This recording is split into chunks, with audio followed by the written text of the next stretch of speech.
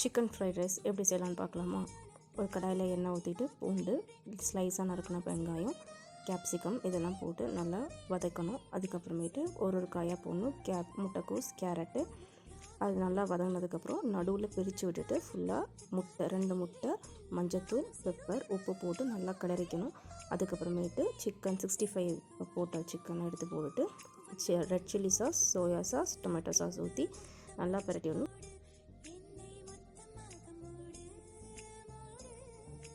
வடித்து வச்ச சாதத்தை கொஞ்சம் உதிரியாக வடித்து வச்சுக்கிறோம். இந்த மாதிரி சாதத்தை ஸ்ப்ரெட் பண்ணி விட்டுட்டு இந்த மாதிரி போட்டுட்டு அதுக்கப்புறமா பெப்பர், உப்பு போட்டு நல்லா கிளறி விடணும்.